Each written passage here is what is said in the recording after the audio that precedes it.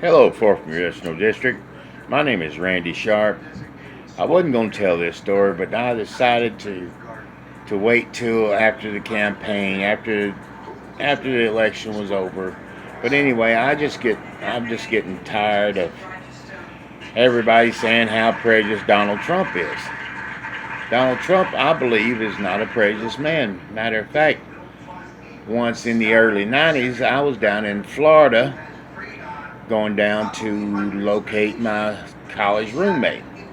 And at this time, was just getting over a gunshot wound, and my roommate would live down in West Palm, so I was down in West Palm, Florida, 96, 97, somewhere along in there, and I was at this restaurant, and of course I was still on my walker at the time, and I ran into Mr. Trump. Of course, back then, Mr. Trump, I had purchased his book, and I'd been always following Donald Trump. And so we got to talking, and Mr. Trump talked to me just like any other normal guy would. Me and him talked. He asked me why I was on the walker. I told him of how I had gotten shot with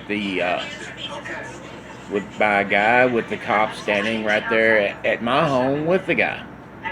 And make a long story short, me and Mr. Trump, we spoke, and I guess we talked about an hour.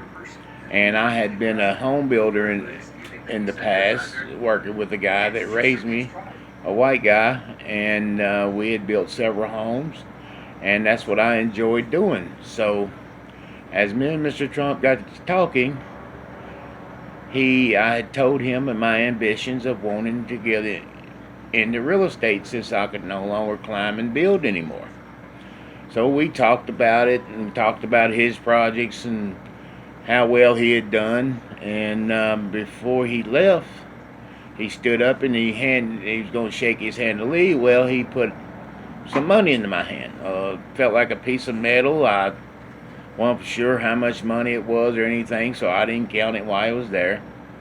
So I took it, and he proceeded on his way, and then I proceeded on my way. And I was going to stop by the store and get me some gas, and I guess going over to my roommate's house is where I was going to try to make it at that point. And so I went to the gas station, and I pulled the money out, and it was a money clip with $1,500 in it. And Mr. Trump didn't say anything about paying him back. He didn't say anything about how much it was. He just thought that he could help me. So when I realized how much money it was, sure, I was elated, tickled to death. And me and Mr. Trump, we had a nice conversation that day, so I really can't sit and just listen to people calling Mr. Trump racist all the time. Every time the man turns around, it's something. He's racist, he's this, he's that, and the other. Well, Mr. Trump, I feel like, is a great guy. He's a businessman. He knows what he's talking about. And I just wish people would stop saying that about him, because he really helped me out at a really dark time in my life.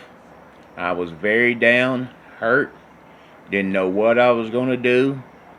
So I just decided to go on a vacation one day to go down and try to find my college roommate and speak to him, maybe even about moving to Florida. So, Mr. Trump, thank you for what you did for me. I appreciate you. God bless you. And God bless America. Thank you.